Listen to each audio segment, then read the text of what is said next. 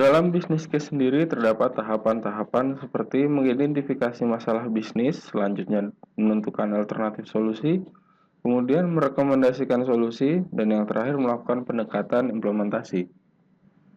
Dalam mengidentifikasi masalah bisnis, yang harus dilihat adalah compliance, visi strategi dan tujuan bisnis, kompetitor produk baru, tren teknologi baru, analisa masalah, dan peluang bisnis.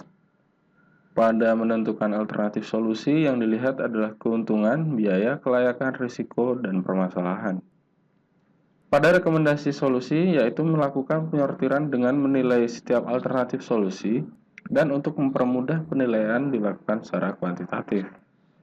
Selanjutnya, pada melakukan pendekatan implementasi, pendekatan yang dilakukan pada tahapan proyek dan manajemen proyek.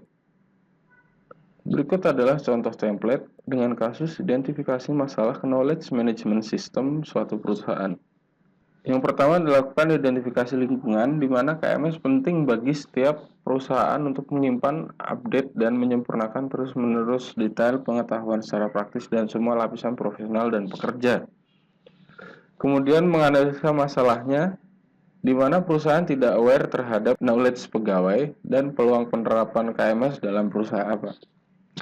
Dan analisa masalah tentang peluang penerapan KMS dalam perusahaan. Selanjutnya adalah contoh template alternatif solusi rekomendasi dan pendekatan implementasi yang terdiri dari tabel 1 yaitu manfaat.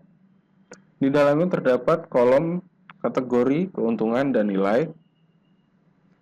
Tabel kedua tentang biaya yang isinya adalah kategori, biaya, nilai, dan apakah dianggarkan atau tidak.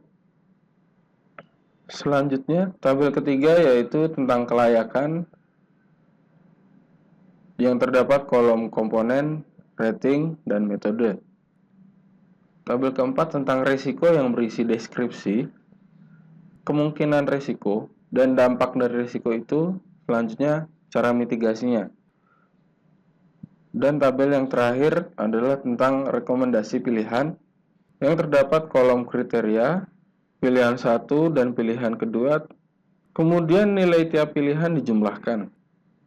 Keseluruhan tabel ini adalah pendekatan implementasi.